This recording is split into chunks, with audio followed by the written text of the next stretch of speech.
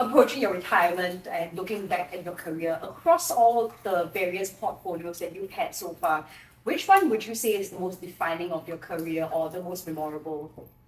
Well, I would say the people, or the things I remember most is the people. So it's not portfolios or anything, it's the people who have been involved. In the constituency, it's my volunteers, really wonderful people, people who have their own problems but still find time to help others.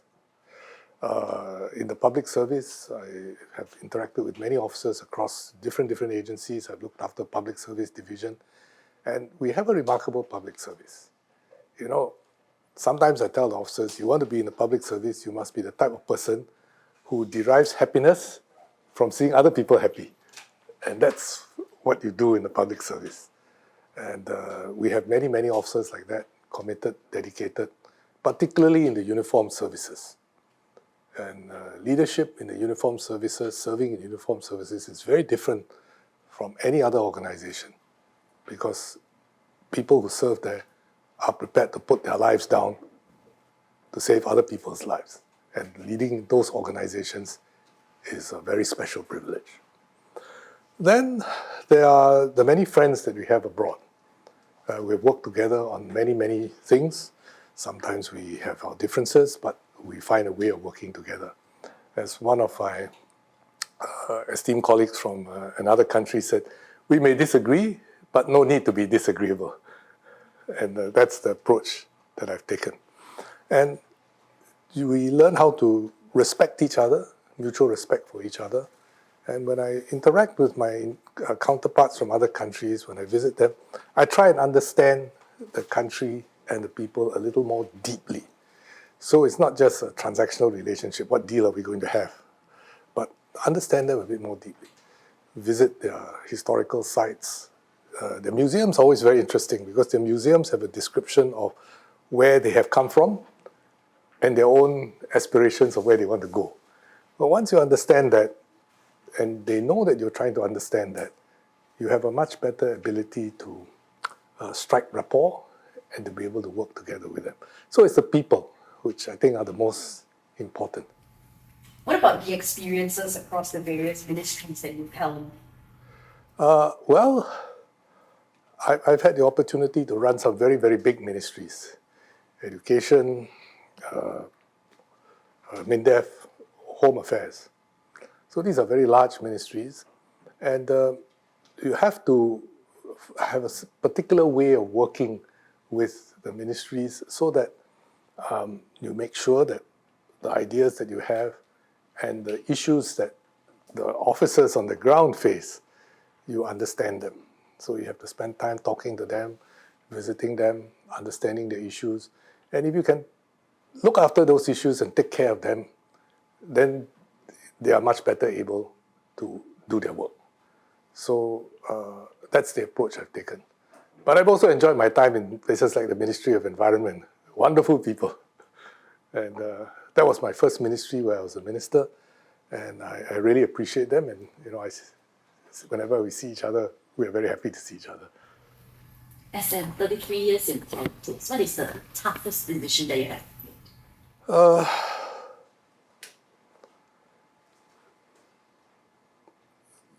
Decisions are never easy because they all have to balance many different factors and they impact the individual lives of people and their interests. So you have to understand that and take that into account. And for politics in Singapore, you are a member of parliament first before you are a minister. And so you cannot make policy and then go and hide in your ivory tower. You have to meet your residents. You have to meet them at Meet the People sessions, you meet them in the constituency, you meet them when you visit them at homes. So the issues that they have and the effects of your policy on them become quite obvious. Sometimes they're very happy. For example, when we did MediShield Life, I wasn't responsible for it specifically, but when we did MediShield Life, in one night, I visited 4 homes and 4 families were so thankful because now they were covered when previously they were not. Either it was a pre-existing condition that was not covered, or we did away with lifetime benefits to be annual cap on benefits. And there was this family where there was a young girl, and she was reaching her lifetime benefits cap, and she was still going to hospital regularly. So family was so relieved. So, there are things like that which are positive. And then sometimes you get negative side effects. Then you say, oh, we didn't intend for this to happen. And then you try and adjust it as you go along. So every decision is difficult, not easy. It's always easy to give things away. But even when you give things away, you get questions like, how come he got? How come I didn't get? Why don't you do this for me too? So none of this is easy. But I would say that some of the most some of the issues which we are able to tackle in Singapore, which many countries face difficulty in doing, is really the long-term issues. There are some issues which, if you don't do anything about them today, nothing will happen. If you don't do anything about them next year or the year after next, nothing will happen. But they take a long time to come to gestation and to fruition and for you to see the result and the outcome. And if you don't take action now, or next year or 2 years' time, you lose 1 year or 2 years or 3 years or 4 years or 5 years. And then by the time the issue, you have to confront the issue already, you have lost 4 or 5 years because it takes that amount of time for this kinds of policy to actually come to fruition and for the gestation period. So education is really one of them. And I spent about six over years in education, 7 years in education. And it was a very satisfying period. I used to tell my colleagues, if our education system is good, it's got nothing to do with me because my predecessors made the decisions. If in future the education system you think is bad, it's my fault because I made the decisions. Because the gestation period is so long. For a student to come through school, kindergarten, school, go to higher education, 20 years. And the decisions you make, you don't really see until 15, 20 years later. And so I was very conscious of that in the Ministry of Education, and I had the good fortune to be able to make some, I think, useful changes. And the two things I'm happiest with from the Ministry of Education are that we completely revamped the teachers' career schemes. Salaries was one thing, but also the careers. To have the teaching track, the leadership track, and the specialist track, so that we were able to develop teachers much more fully and holistically. And also, in the course of that, I think we managed to raise the status of teachers in society. And I think that was very important for the teachers and our whole school system. The other one I'm really very happy with is ITE. I mean, ITE was the idea of Dr. Teng Soon to change from a VITB, which was really a secondary vocational school, to a post-secondary institute for technical education. So that was a very important move that he made. But the structure of each of the individual centers was still like a secondary vocational school. It was about 1,500 students, and there were 10 to a dozen centers all over Singapore. So we decided that we could actually build ITE colleges and bring a different approach to ITE education to the students. And so every time I go to IT Central or East or West, I feel a great sense of joy and to see the students actually have the type of facilities that they have.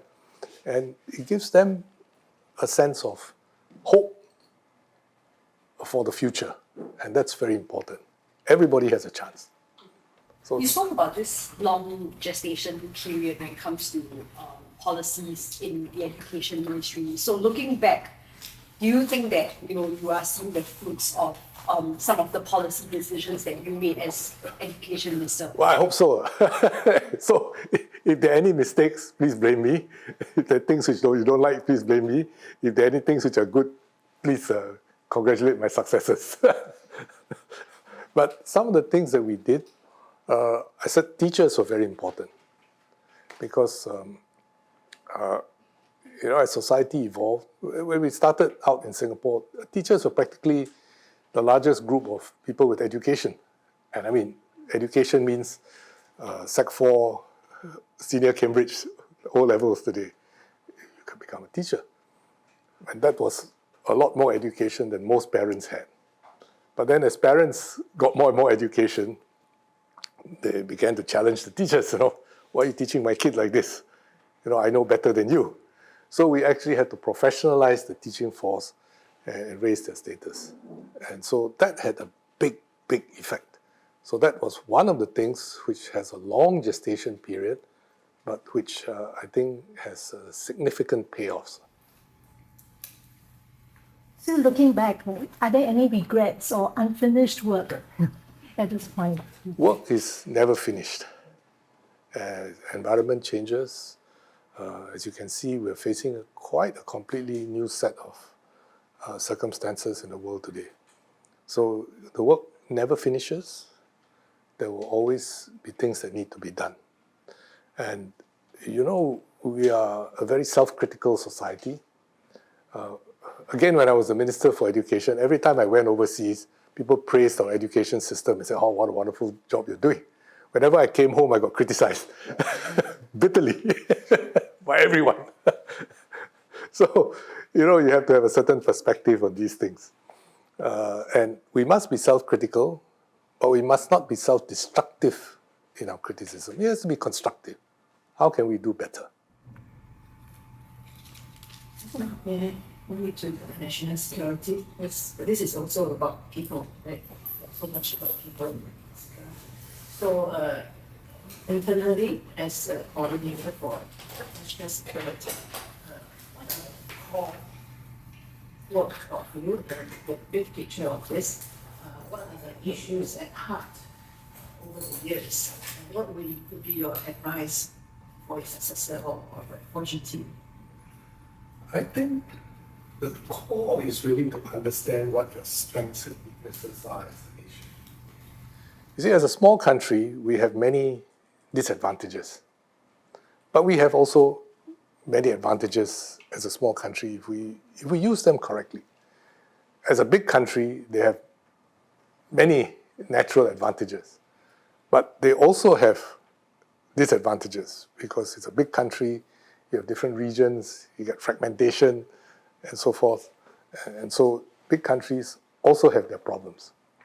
So as a small country, our problem is we're small, we don't have resources, we have to project ourselves sort of larger than ourselves.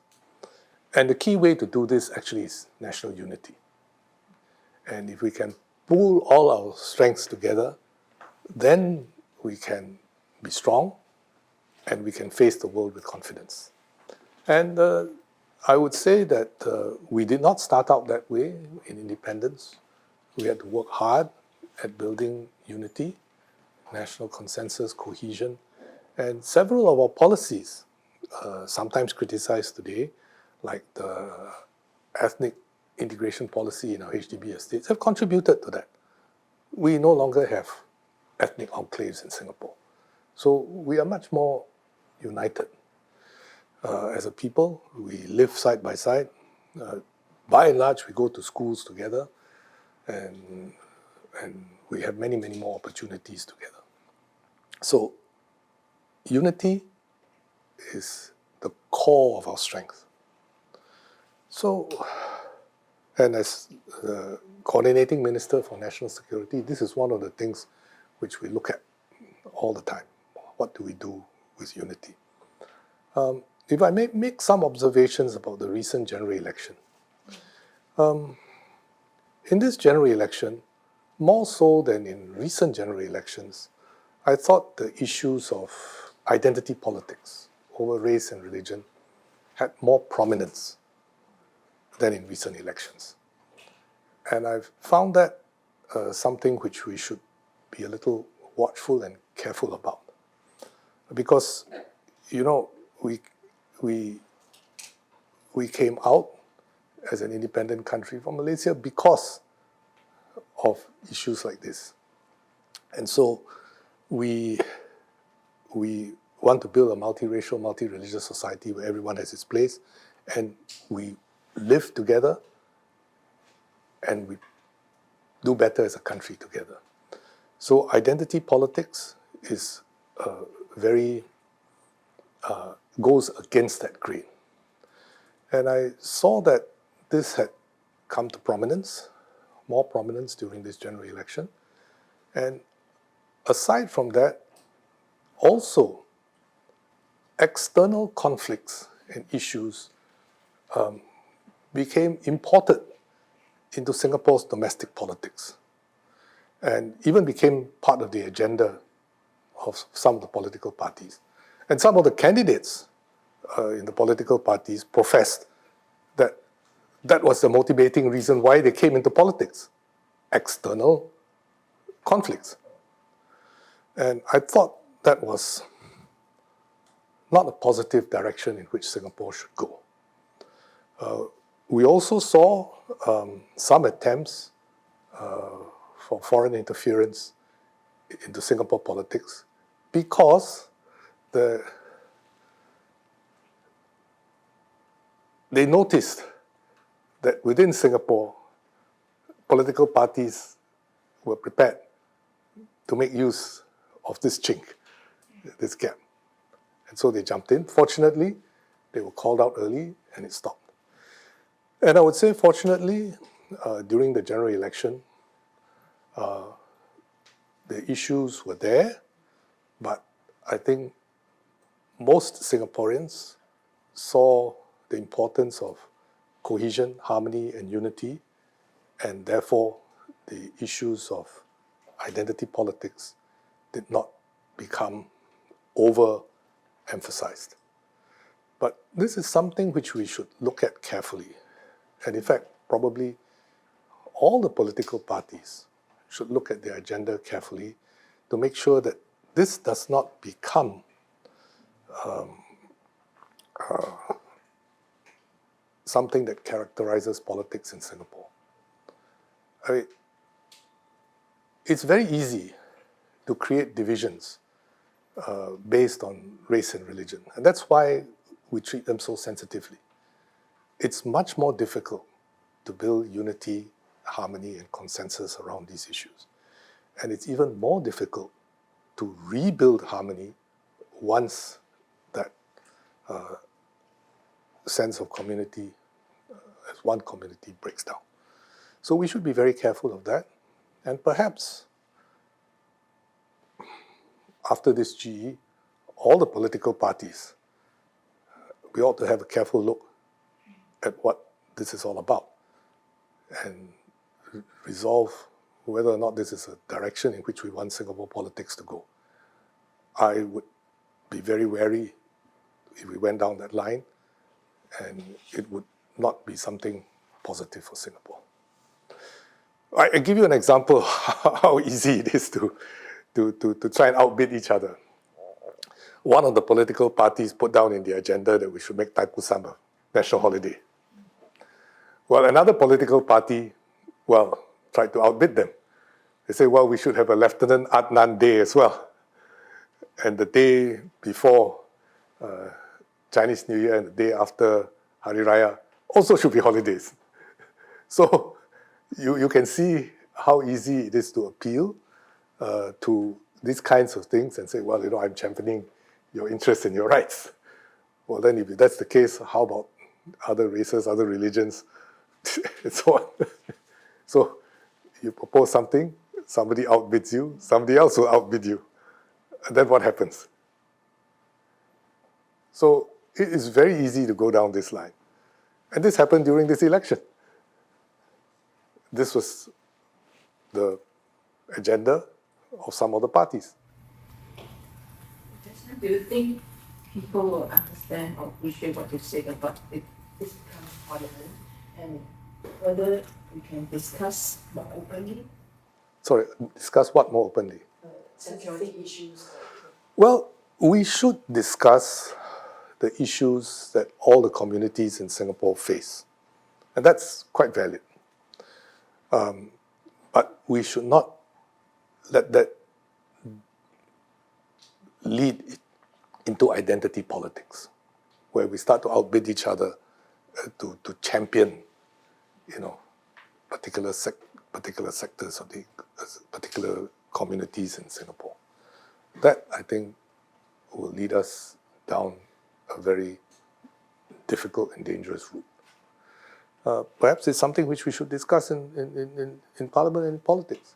As I said, it's become more prominent this election compared to previous elections, previous recent elections, but it has been prominent in the past before as part of politics in Singapore. Some of you who have seen more elections will know that. So we have to decide. And this aspect of importing external quarrels into Singapore, we have always been very careful about that. These are not our quarrels. We should not let those quarrels become a cause for division within Singapore. In fact, in many instances, we have united and helped the victims, regardless of race or religion in Singapore. And we've done that. I mean, with a terrible war in Syria with ISIS and all that, that's what we did. I attended one of the events that they had to raise funds, and it was, a very positive sign of unity among all groups in Singapore. And similarly for what's happening in Palestine, we can make that a cause of unity for Singaporeans to show compassion and to extend help to the victims. We should not allow it to become an external quarrel, to become a cause for internal divisions within Singapore. But SM, how to actually have this safe environment for discussion of security issues then, especially for the public? But this is not just a security issue. These are world issues which, people are interested in. I have discussed these issues in private, in quite large settings with many, many different groups in Singapore over the last few years, including Malay Muslim groups. And my colleagues have done so too. So more closed door kind of. Yeah, most of them are closed door, some of them are more open. I have conducted most of my sessions closed door and off the media, because I found that then we can be more open and frank with each other and talk about our actual concerns. And sometimes, what we say can get other people upset, outside the country. So we are a little bit more careful. Thanks, Malay. So it's not that these conversations have not been taking place. They have been taking place. So if I may go back to your experience as coordinating minister, drawing from your experience as coordinating minister for national security, what do you think is the relevance of a role like this moving forward, and do you think the 4G key So a role like? as coordinating minister? So if I may rephrase the question, from your own experience as coordinating minister for national security, what do you think is the relevance of this coordinating minister role moving forward? And do you think the 4G team is equipped to take on a role like this? Well, I think the answer to both is yes.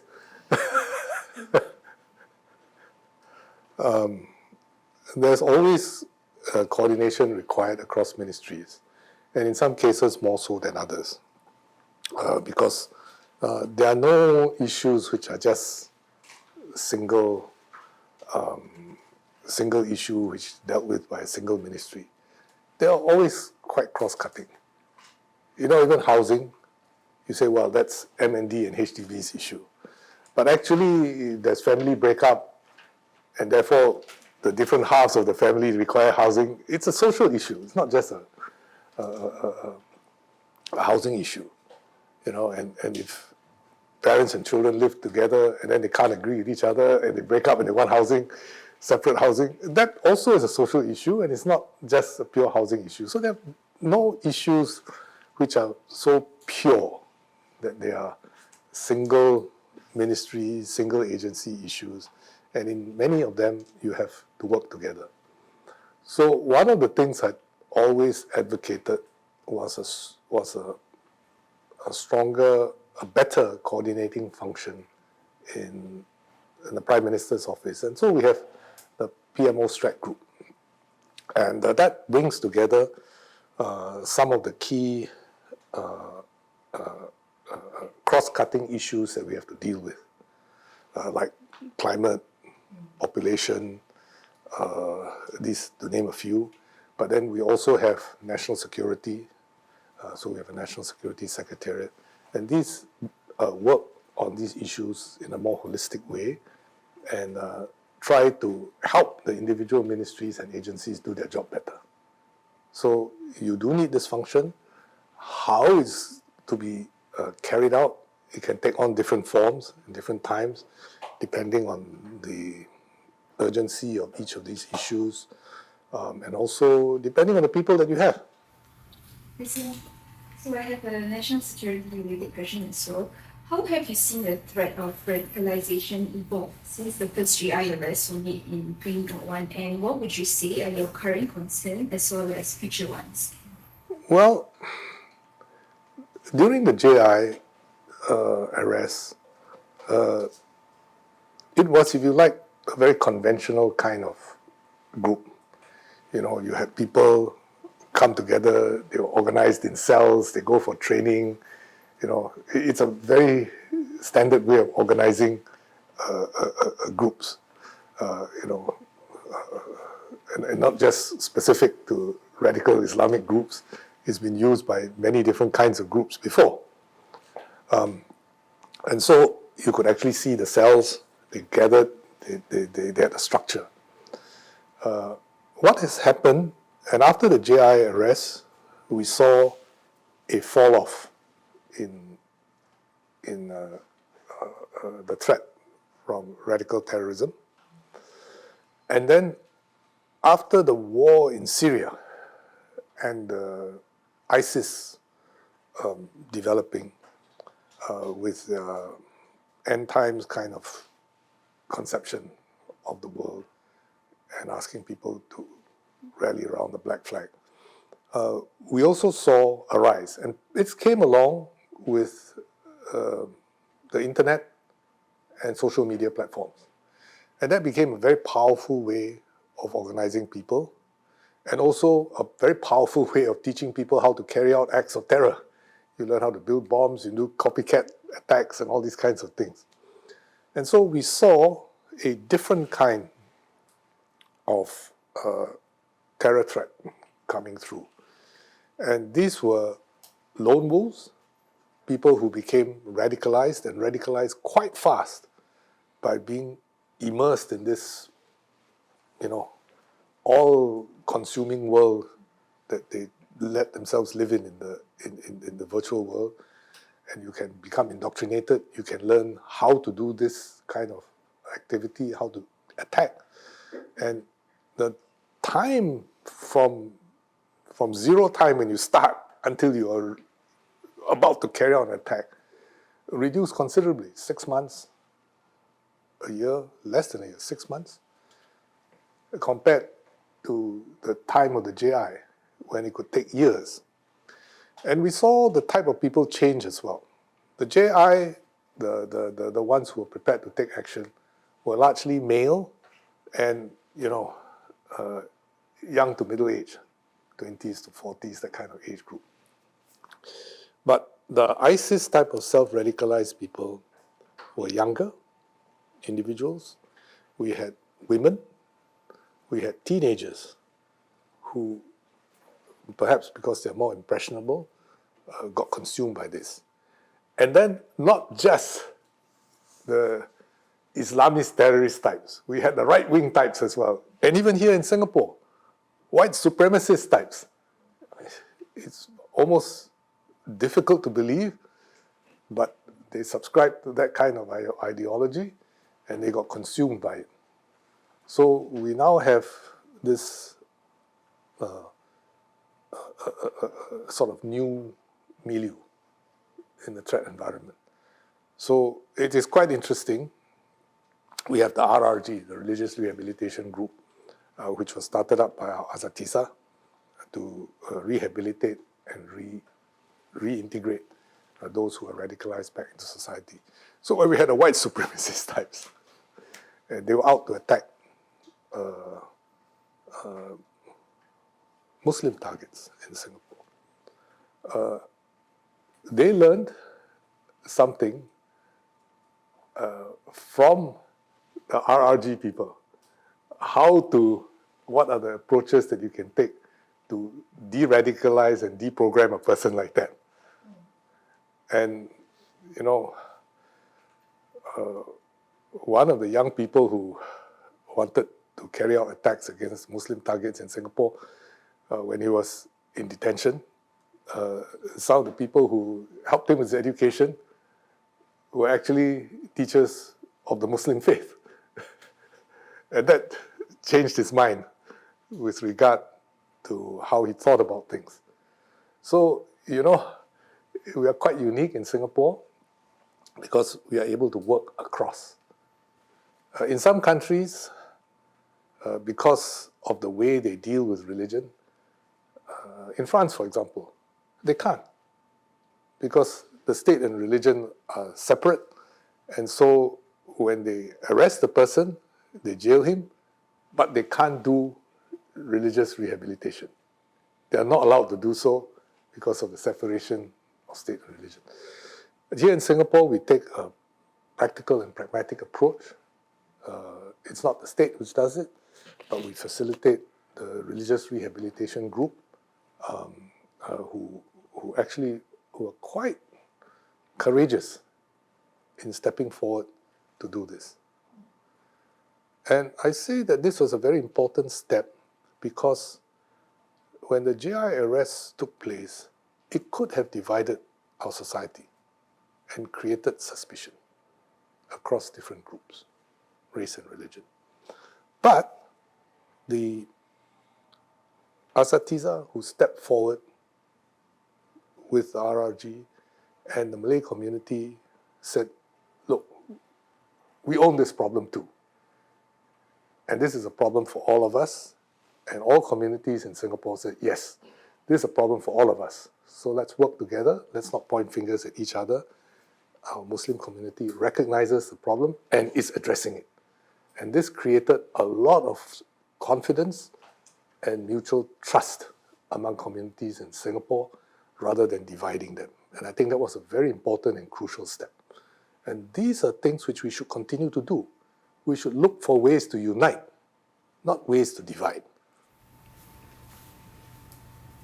Yes, and so beyond national security, you also chair committees on population matters and climate change, which still remains an issue for Singapore and the world today. So how do you foresee yourself contributing to these areas, maybe in other capacity after retirement? Well, when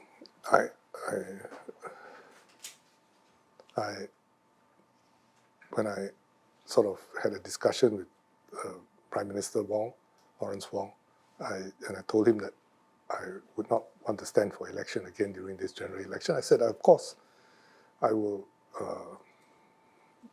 help and assist in any way which he feels I can be helpful to the 4G. And that remains open. So Singapore is quite unique, you see. In many countries, when you have alternating governments, one party, another party, the party that wins power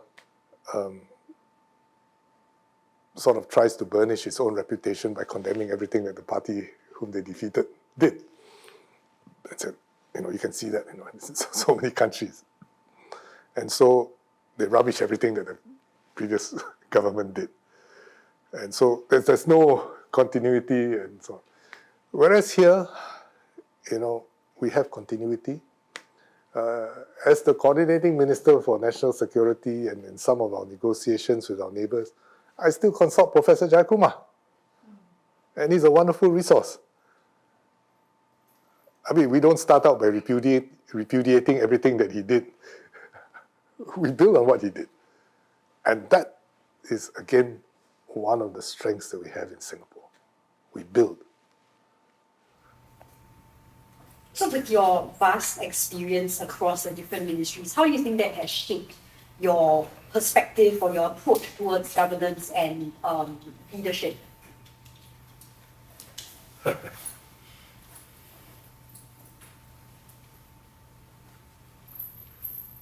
Well, some of it comes not just from the ministries, but from my own experience previously in the Navy.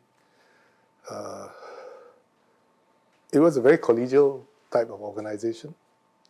And so, people have this idea that if you come from the armed forces, you just tell people what to do and things get done. It doesn't work that way in our armed forces because we have a national service armed forces and ORNS, reservist armed forces. You can't just tell people what to do and they will do it. You actually have to work with them, get them on board, and you actually do a lot of persuasion to get things done. And especially with our reservists. They may be older than you are, some reservists. So you actually have to work with them, and there's a lot of interpersonal skills, leadership, team building involved in that. So this is one of the characteristics of our armed forces, which is different from just a pure professional armed forces. And the reason it's important in the armed forces is you need to do this in order to continue to have strong armed forces and to continue to have people who are committed, Singaporeans, to national service and reserve service. Because if you mistreat people, then your support for national service will collapse immediately. You can see that in some countries. So this is very important. And so, when you see people come out from the armed forces and go into other fields, this is what they bring with them as well. So, it's a very stereotypical way of trying to describe people. So, we're all different. My approach is always to try and understand the situation, listen to people, what they have to say, and go right down to the end, the last person who's delivering the service, understand what he's doing. Because if you're not helping him to deliver the service, it doesn't get done. So when I was in MHA, for example, I took a great deal of interest in what kind of shoes the officers wear. I was very happy to see they got very nice boots. They can zip off easily so they can go into people's houses and so forth, And, they don't slip off when they're chasing people. These are very basic but important things. And they're comfortable because they spend a lot of time on their feet. Their communication sets, how heavy a load are they carrying, because they got all kinds of things that they're carrying. You want them to carry, these body-worn cameras, is it going to overheat, cause them more heat stress?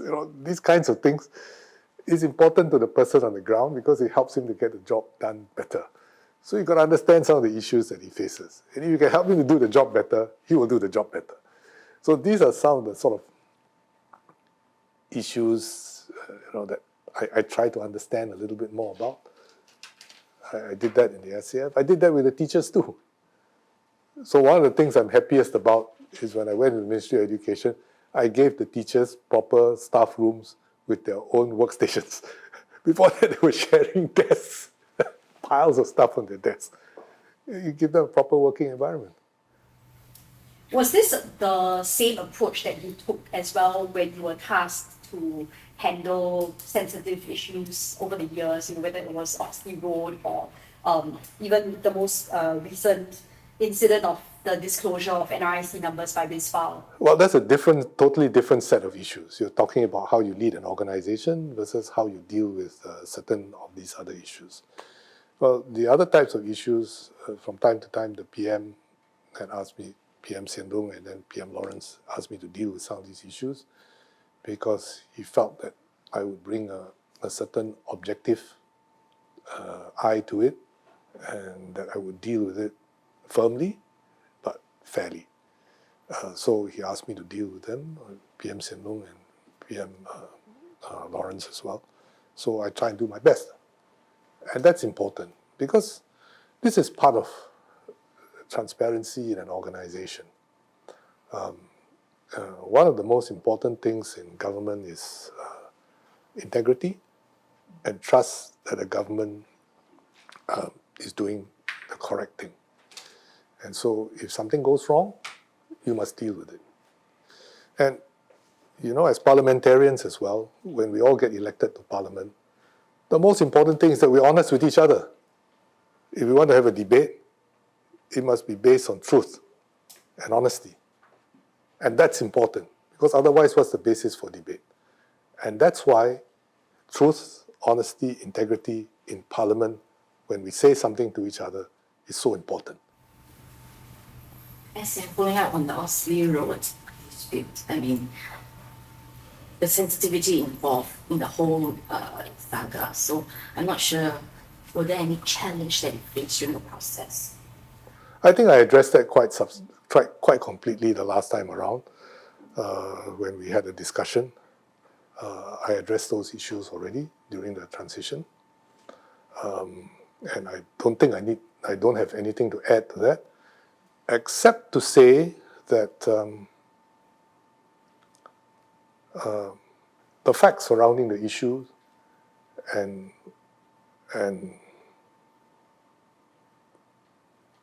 some of the distortions that are being put forward, I think people can see them for themselves now. And so sometimes it takes a little while to get the points across, but I think people can see for themselves what the facts of the matter are.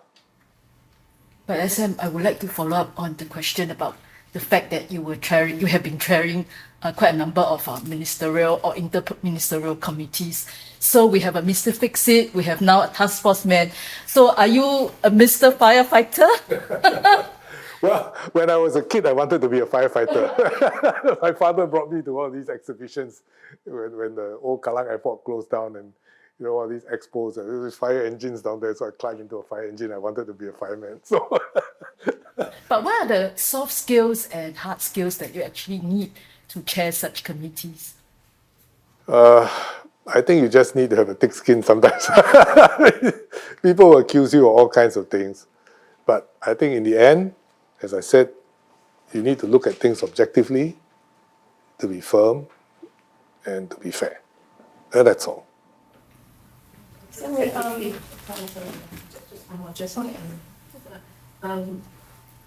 With all this experience that you've passed through with so many committees have issues, if you were to conduct a course about pay future for us or for anybody, what would be the course that you would like to share? Yeah, you know, for Young officers.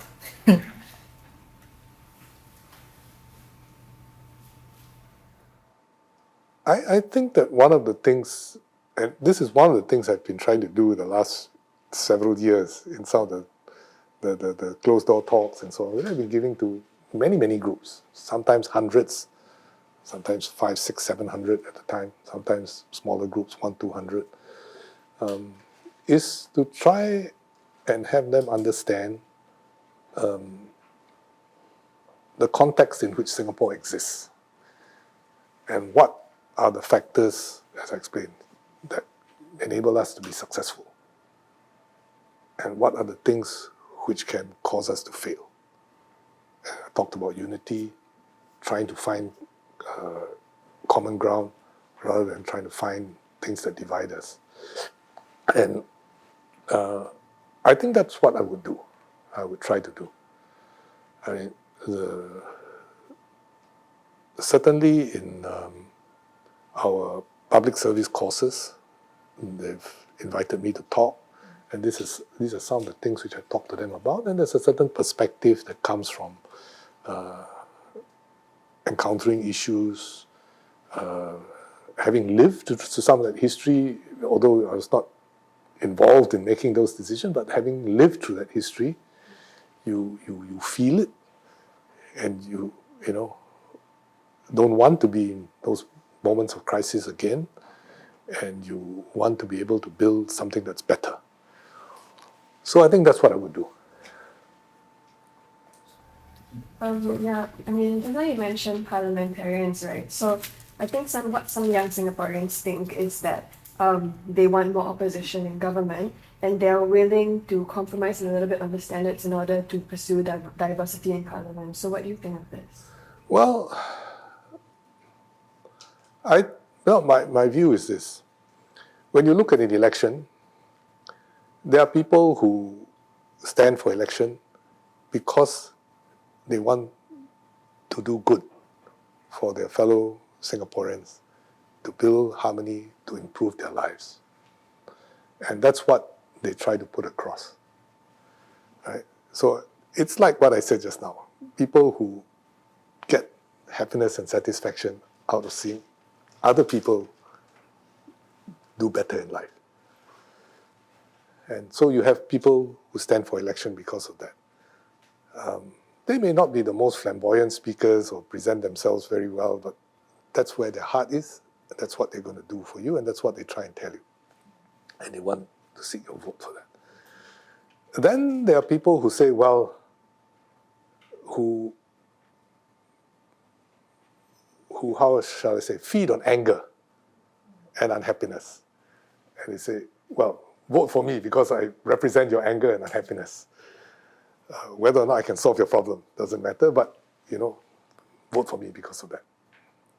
So you have to discern between the two and decide who you really want to represent you, and what kind of parliament you want, and what will really improve your life. And this is in the hands of the voters. And essentially, in a democratic system, the people will get the government that they vote for.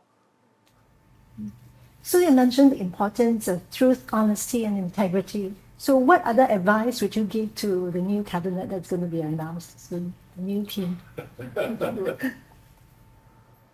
Well, they will face many new challenges, but I'm very happy to see that PM Lawrence actually now has the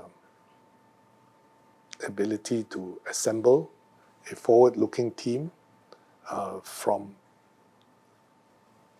the strongest possible team that he has from the people that he has available. I'm happy to see that.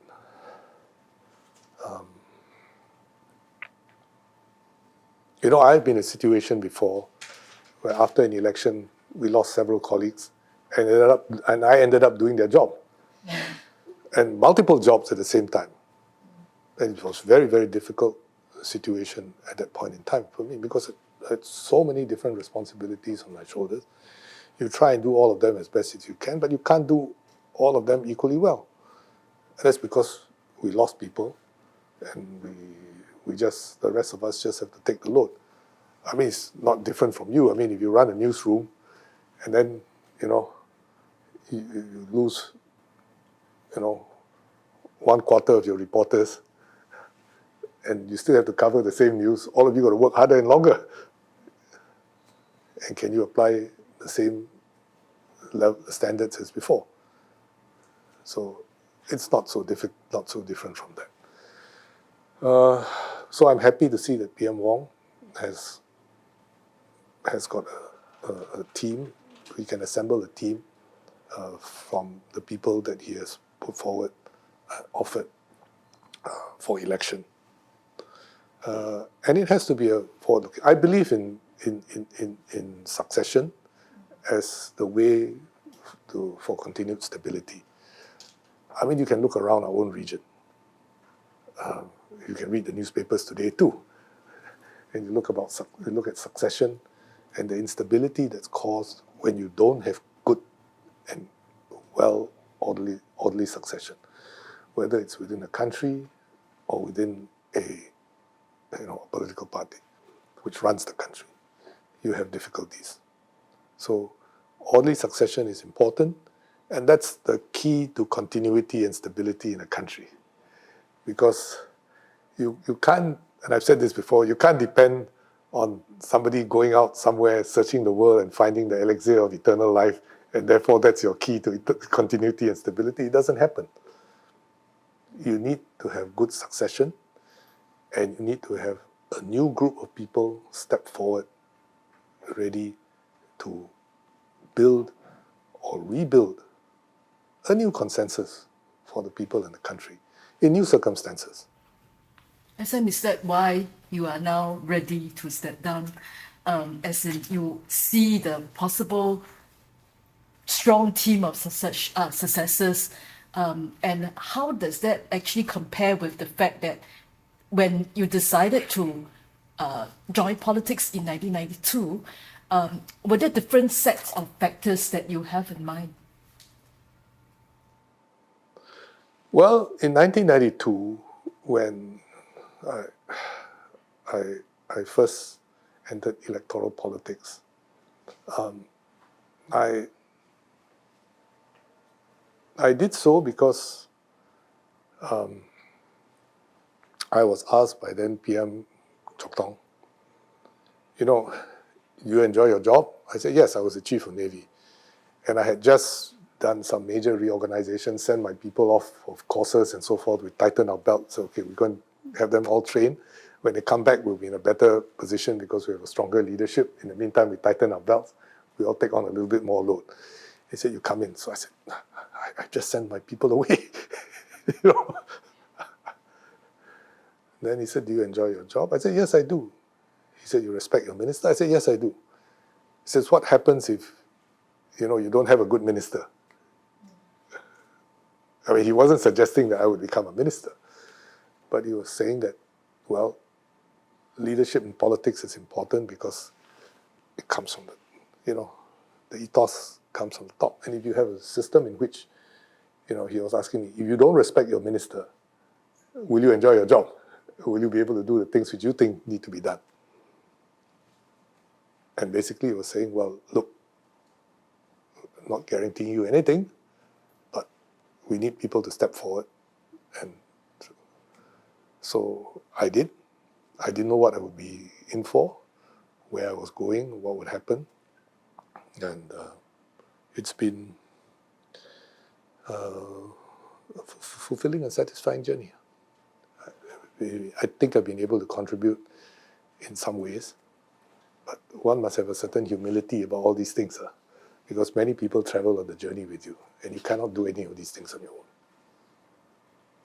For the present team, as I said, I stepped down because I felt that succession is important, and therefore we need to do that. Second, you have to be a member of parliament. And when you become a member of parliament, you commit to your residents to work for them 100+% for 5 years. And you must do that. You must do that because that's what you committed to them to do. And you must have that energy, the stamina to do that for the full 5 years, not just 9 days or 10 days in an election. And if you see that there are people who can serve your residents more energetically and better than you can, then you should let your residents be served by them. And that's in the interest of your own residents. And I could see that, and I felt that it would be good for my residents to have someone who could fully commit to them for 5 full years or 100+% looking after them. So what will you miss the most about, after stepping down, and what are you most excited about moving forward?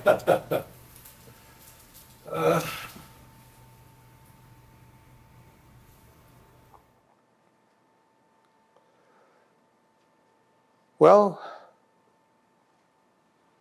I would miss the people, because over the years you make friends with many people and many people have helped you, and you've helped many people get their job done, and so forth. And as I said, you form certain bonds out of battle. So you miss your friends, but you can still see them. Some of the challenges of being in government, being in cabinet, those one must believe that the new generation can do the job and will do the job well. And that's important, and they will. I spent many years in MINDEF.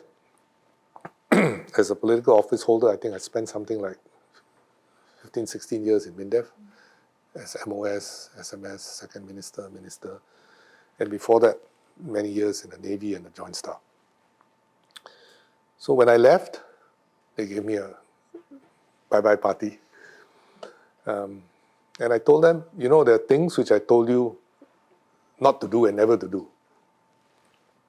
But, I leave, I will sleep peacefully at night because I know I'm leaving the ministry in good hands. And even if you want to do the things which I told you never to do and you have good reason to do them, please go ahead and do so. Because circumstances have changed, and I know that we have in place people who can make the correct judgments on these issues. And that's the key. That's the key. You have to put your faith in them. So you've spoken a lot about your faith in the next generation of leaders. But I wanted to know, as you step down after 5 decades in public service, what is one key lesson that you've taken away for yourself and that you will share with this new team of leaders?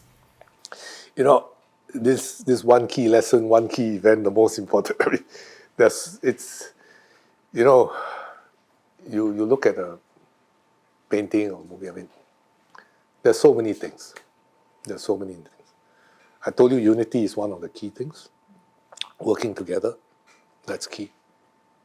And this is one of the characteristics that we have in Singapore.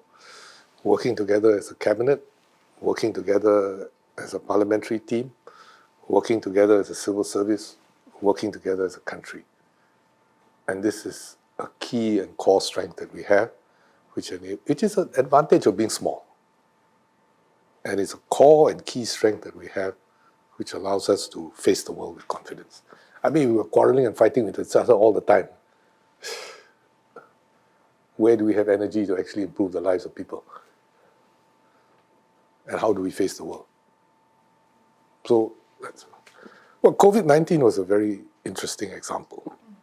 And we actually pooled on what I would describe as 3 sets of reserves. We think of our financial reserves. We had 5 budgets.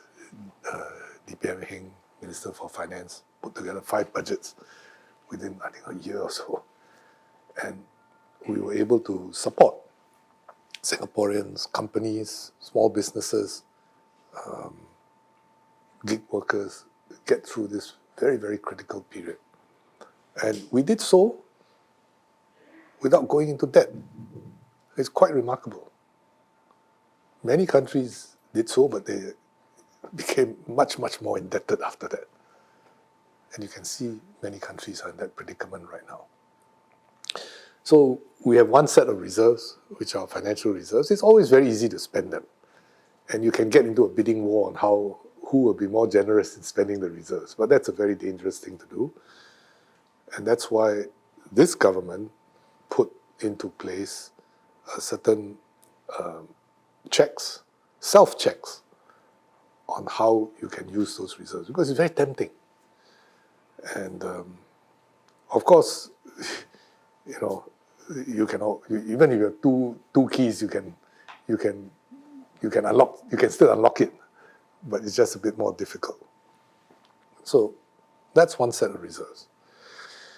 The other set of reserves that we have actually lies in our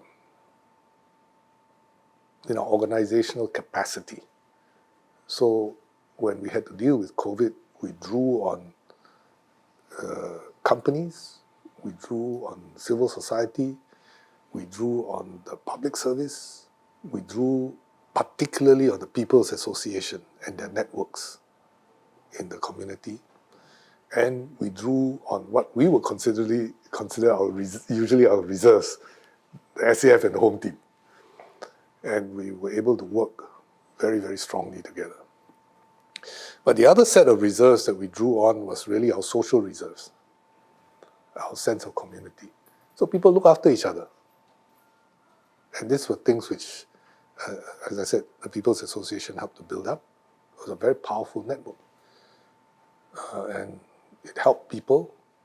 We distributed masks, we organized mass vaccination, we brought food to people who were quarantined at home, those who were alone at home, old folks, and we supported each other. So when we think about reserves, these are the reserves that we built up over the years. And these are things which we should continue to strengthen and not rubbish them or diminish them. They are very, very important for us. And it showed how we could come through COVID together. As I earlier talked about losing ministers, and now government loses you due to your retirement. Is there a possibility of you returning to public sector in other capacities, especially with your vast experience, maybe considering taking up the role of advisor or maybe ambassador or even running for the president? Well, my colleague is the president and he's a very good president. So I'm very happy I voted for him. So I told PM Lawrence that if there's I will support the 4G in whatever way he thinks I can be most helpful. And I mean it, and I will do so. As I said, I still consult Prof. Jaya. Just about succession. In order to have succession, we need enough people to step up to. How difficult it is now to invite people for coffee or to step up, and what kind of quality they're looking for? Well, it's the same sorts of qualities as I mentioned. People who come into politics because they have the heart to do so. They want to make people's lives better, and they feel happy and satisfied when they have made other people happy and satisfied. Not for their own, they don't come into politics for their own aggrandizement. They come into politics not because they're angry, but because they want to help. So I think that's the kind of people that we look for and we want in politics. And also, we always need to find people who have the ability to become ministers, to lead the country. And these are people who must be able to stand up in the world, talk to presidents and kings and ministers from countries all around the world, including the biggest and most powerful countries in the world, and be able to put forward Singapore's case and to be able to show them that, yeah, we are a country, we're small, but we have something to offer on the table, and we should be taken seriously. This is not easy to do. Not easy to do. So we always need to find a set of people like this. And the politics that we have today with social media and so forth, where you go out to attack people personally and so forth, the spouse of the person who is thinking of standing for election, he may have all the right motivations, but he says, look, I really don't want to put my family through this. My spouse, my kids, what for? I can contribute in some other way. And then that discourages people from coming in. And I think eventually the loser is the country. No, may I say something about civil servants coming into politics and SAF officers coming into politics? One of the arguments that people put forth is that, actually you don't need very strong political leadership because it's the civil service which is very good.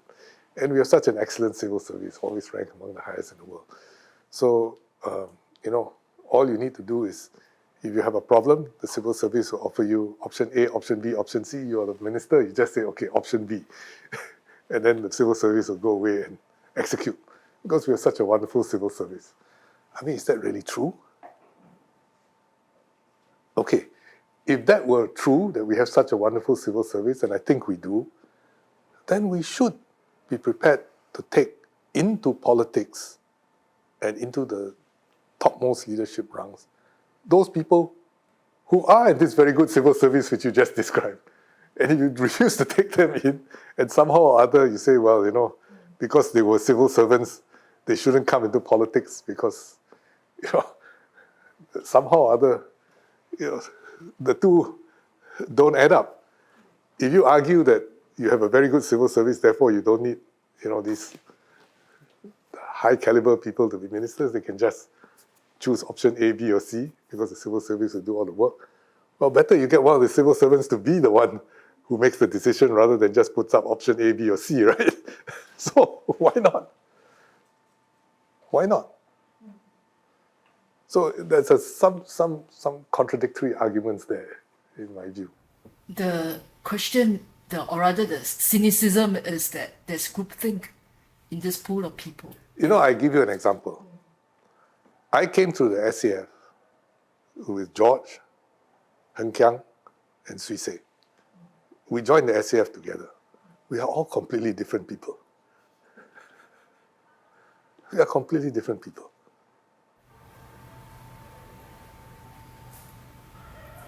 So, exam on the ground, you have been the anchoring minister for the past years on both team.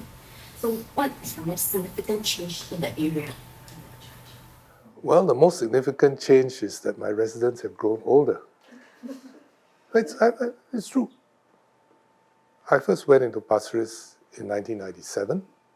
That was 28 years ago. The place, there were prams and babies everywhere. We had children's parties, magic shows. We built our community that way. We had a shortage of kindergarten places, you know, primary school places, secondary school places. We addressed those things. Now when I go around, I see more wheelchairs. I see more of these PWDs, you know. And when I first saw them, I was, oh dear, you know. But then I thought, well, that's very good, because it means that my residents, even as they grow old, can come out and join the community and continue to enjoy community life and friendships that they used to have. So that's a very positive part. So I have many more senior residents now. The people who came in with me as grassroots leaders, they're now in their 60s. They were in their 30s. And they feel a sense of satisfaction because they've seen Pasir Ris grow. And so now, we have a NTUC home in Pasir Ris, and you know, it's very well received. And we have residents who are placing their elderly folk there as well. And that's something which is a new thing that we have to address. So that's the most significant change. That's the most significant change. But I'm also glad to see that, you know, as a result of our urban planning and our town planning, we actually see a rejuvenation. So we have new BTOs, we have new condos, and I'm very happy to see that many of the residents who live in these BTO flats and in the condos are actually Pasir Ris residents. So they moved Pasir Ris to Pasir Ris. And so that means living there must be quite okay lah. So I'm quite happy to see that. And then with some of the new infrastructural facilities like the Cross Island Line, you know, every time I meet my residents, I thank them for their patience and understanding because all the roads are being dug up all across Pasir Ris because of the Cross Island Line. They have to be patient another 4 or 5 years, and then there will be wonderful new connectivity. And we have little prizes along the way. I mean, we've got a new mall to add to the present malls that we have. We got a new bus interchange, aircon, we got a new polyclinic. So the little prizes along the way as part of this whole redevelopment. But I think that we will have a nice new Pasir Ris in 5 years' time. So some of my senior residents said, "Yeah, it takes so long. Don't know whether I'll be around when the Cross Island line opens." So I tell them, don't worry. When it opens, I'll come here and ride it with you." So would you consider all these your greatest sense of achievements? Well, as I told you, I started off by saying people were the most important. So the people that I work with are residents. That's the most important. Then the many colleagues I've worked with over the years, and also the many friends from overseas I've worked with over the years. So these are the most, if you like, important, memories that you have. Vincent, you spoke about the importance of being a sense of community earlier. So maybe, if you could perhaps share some of your fondest memories with residents and communities on the ground, and also if you can share what is one of the fondest interactions you've had with the Malay Muslim community. Well, I posted up one picture on my Facebook page. I said this is one of my favorite families. Because it's a family which has faced its own crises before. And yet, through these very difficult crises, they continued to serve the community. And, with heart and soul. And they still continue to do so. And, these are just ordinary Singaporeans doing extraordinary things. And out of the goodness of their heart, they feel that way. So, and they look after aged parents who are not well. They have children and grandchildren. One of their family members had a very, very serious accident, became handicapped, but they pulled through, continued, supported each other. It's quite wonderful to see families like that. So, and then sometimes I meet families where both the husband and the wife, newly married, said, we took photographs with you when we were in kindergarten. Okay, it's quite nice. It's quite cute, it's quite nice. So, these are things which are quite happy memories. With the Malay Muslim community, I had the good fortune, because I studied Malay in school, in secondary school. And this goes back in history also, because we were joining Malaysia then, in 1963. When I went to primary school, it was 1961. I was at an English medium school, but I studied both Malay and Chinese, in primary 1 and primary 2. In primary 3, my father had to decide whether I study Malay or Chinese. So he said, hey, we just joined Malaysia, you better study Malay. So I studied Malay from primary 3 onwards. And then by the time I was in primary 5, we were no longer in Malaysia, and I was going to sit for my PSLE the next year, so I continued doing Malay all through. And so I studied Malay. I took part in PM's activities and so on. So I have some familiarity and comfort with our Malay Muslim community in Singapore. And I've also seen how their approach to life, how the community has actually become more integrated, has many members of the community have actually done very, very well. And many of them are living in Pasir Ris today. But of course, like every community in Singapore, there are challenges. But those are being systematically addressed, both by the community and together with the support of the government. And the trajectory is a positive one. So in every community in Singapore, you can't say that you have solved all the problems, But the question you have to ask yourself, is the trajectory positive or not? And I would say that the trajectory is positive, and I think most members of the community would agree that the trajectory is positive as well. So that's the case. The minister in charge of Muslim affairs has always been kind enough to invite me to his Hari Raya event every year. So I'm always happy to go there and meet old friends. And also because of my interactions and work with RRG and over trying to work together with the community to contain the threat of radicalization and extremism. I think I got to know quite a few of the Asatiza quite well. And so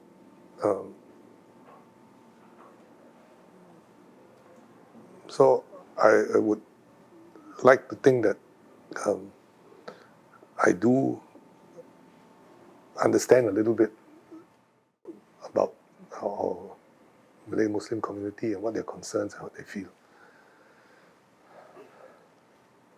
And of course, it's very difficult to live in a society in which you are a minority. And it's even more difficult to be seen as a representative of that minority, because it's very, very easy for somebody to try and outflank you and say, look, you're doing this, but I will do even more for you. And I'll do even more for you. And you start to outbid each other. So it's very difficult to be a leader of that community. And what about your command of Mandarin then? well, my mother, in her wisdom, asked me to continue to study Mandarin, and one of my cousins used to teach me. But of course, being, a young boy, there are many other things that you want to do, like go and play football with your neighbors and so on. So I did not pay very much attention to it. And only later in life, but at least I got the tones. So I studied all the purple, murphy, and all this kind of thing, and all that kind of things when I was young. So I got at least the Southeast Asian tones for Mandarin. So I came back to it after I entered politics.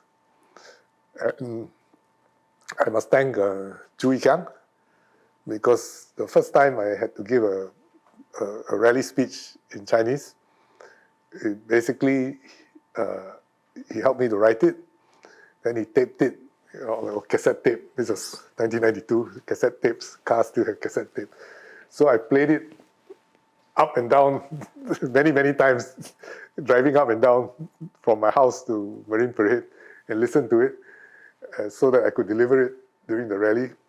And my cousin, who was teaching me Mandarin, was out there in the audience standing in front, and she and her sisters were laughing at me. Because my intonation was not quite right. You learn as you go along. So it was good enough for you to chair the JCBC as well? Well, good enough, but you see, in many of our interactions overseas, we are quite clear. We are Singaporean. So when we conduct our official meetings, we do so in English. So that's what we do. But in informal settings and so forth, we converse. And that's fine. But in our official meetings, we conduct them in English.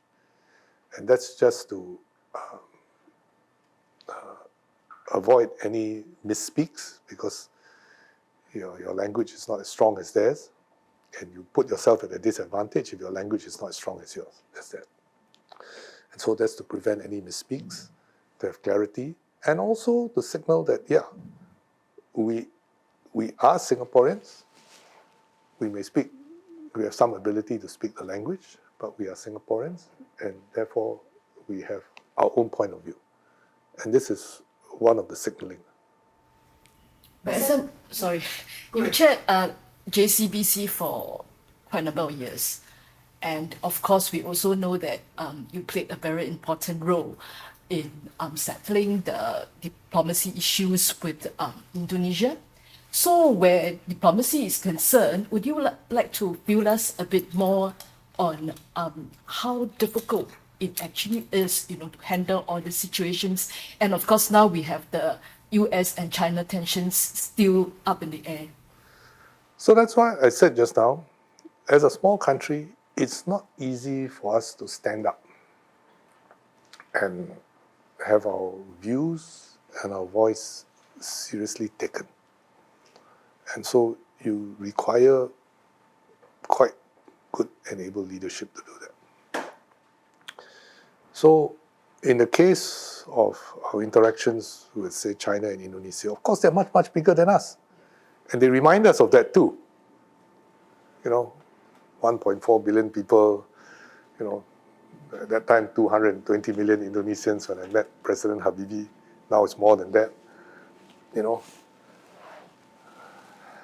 So whenever they say that, they brace themselves up and says, this is the view of X 100 million people. And I said, well, we are only 5 million or 6 million, of course.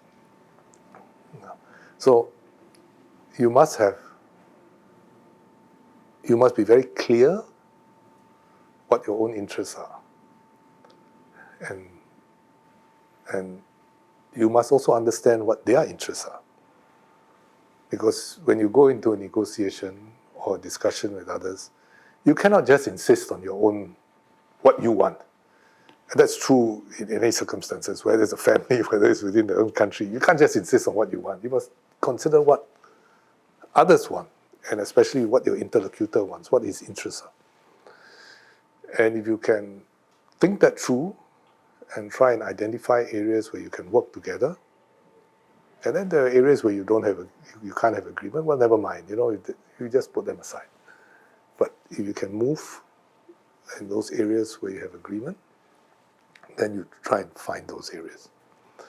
And that's what we did with JCBC, and that's what we did with our negotiations with Indonesia.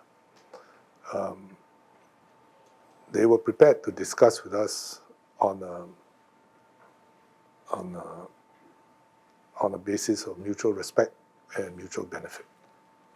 And so we proceeded with the discussion that way, and we were able to identify what their core interests were, what our core interests were, and how we could try and meet both sets of core interests with a long-term view. Because I told my interlocutor, we can discuss, sign an agreement, but if it's 5 years, when we sign it, we've got to start negotiating again. What's the point, right? So I said, we want something that's durable. And he agreed that if we can settle, we should do something that's durable, and I'm glad that we were able to settle those issues. But it comes out of a mutual understanding, a sense of mutual respect, and a desire to have something which is mutually beneficial to both sides. And so whether you're a big country or small country, for us, we are a small country most of the time when we negotiate with others. We have to see that. What can we offer? What is it that can be of value to the other person? And that's important. And we have to create those things which are of value to others. If we were a broken back state, quarreling with each other all the time, what's the value to others? Maybe they will see a value, which to see how they can exploit your weaknesses in order to meet their own objectives, but not necessarily yours. So if you're a weak and broken back state quarreling with each other, that's what will happen to us. Yeah, now that you're retiring, right? I'm guessing you have a bit more free time. So apart from standing by the Sister 4G, what are your plans? All in good time. Yeah, but as I said before, when PM Lawrence took over, I said, my objective is to do my best to help the 4G succeed. Because they're good people, they're able people, and I want them to succeed. We want them to succeed because we want Singapore to succeed. That's important. Are you Okay. optimistic that Singapore will succeed? You know, I am optimistic. You know, when we started national education, when I was the Minister for Education, people asked me what's the objective. So I said, the objective is to have a well-founded confidence in our own future. So it can't be that you have some dreams and imagination of what you want to do, and then it's actually can't be achieved. It can't be that you're so frightened because you're small and you think everybody will swallow you up and you can't achieve what you want to achieve. But if you understand your strengths and your weaknesses, how to overcome your weaknesses, how to sort of multiply your strengths, then you can have a well-founded confidence in our own future. And that's what we should have, and that's what our young people should have. And I think we have many strengths today. We have found a formula over many years which helps us to be united, to synergize, multiply our strengths so that we can stand up in the world and be taken seriously by others. And this is something which we should continue to build on. Okay, thank you. Sam, can I have that one last question? We know the official side of you, and I think as a rookie reporter, then when I was a rookie reporter, I found you to be very stern and quite fearful. Yes. So is there a different persona that you your mind about Oh, of course. There you are. But is there a different persona that you actually take on when you interact with your residents? And what would you say is this man behind these strategies at heart? Who lives in Pasir Ris? Well, sometimes when you take on certain roles in the government, you do come across as being more firm and more stern, because that is the role you have to play. And you have to do that. And so some of the roles that I have taken up require that, both domestically, but also when it is outward facing. So who you are, what you do, how you present yourself, also is a part of, if you like, that security and deterrence building.